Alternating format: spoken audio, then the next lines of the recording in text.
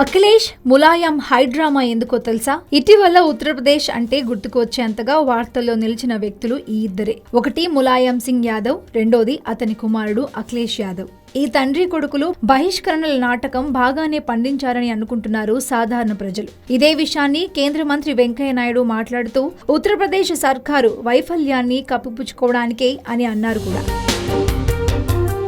ఒకవైపు నోట్ల రద్దు అంశం భారత్ మొత్తం మాట్లాడుకుంటుంటే యూపీలో మాత్రం సమాజ్వాదీ పార్టీ చర్చలు జరగడమే గమనార్హం. ప్రజలు ఎక్కడ బీజేపీ వైపు ఆకర్షితులవుతారోనని పార్టీలో చీలికలు, బహిష్కరణల నాటకం పెద్ద హైడ్రామాను నడిపారని జనానికి అర్థమవుతుందట. ఎంతైనా ఒక ప్రాంతీయ పార్టీ ఎలాగోలా జాతీయ పార్టీకి దీటుగా ఇలాంటి మసాలా నాటకాలు చేస్తేనే మనుగడ అంటున్నారు మరి.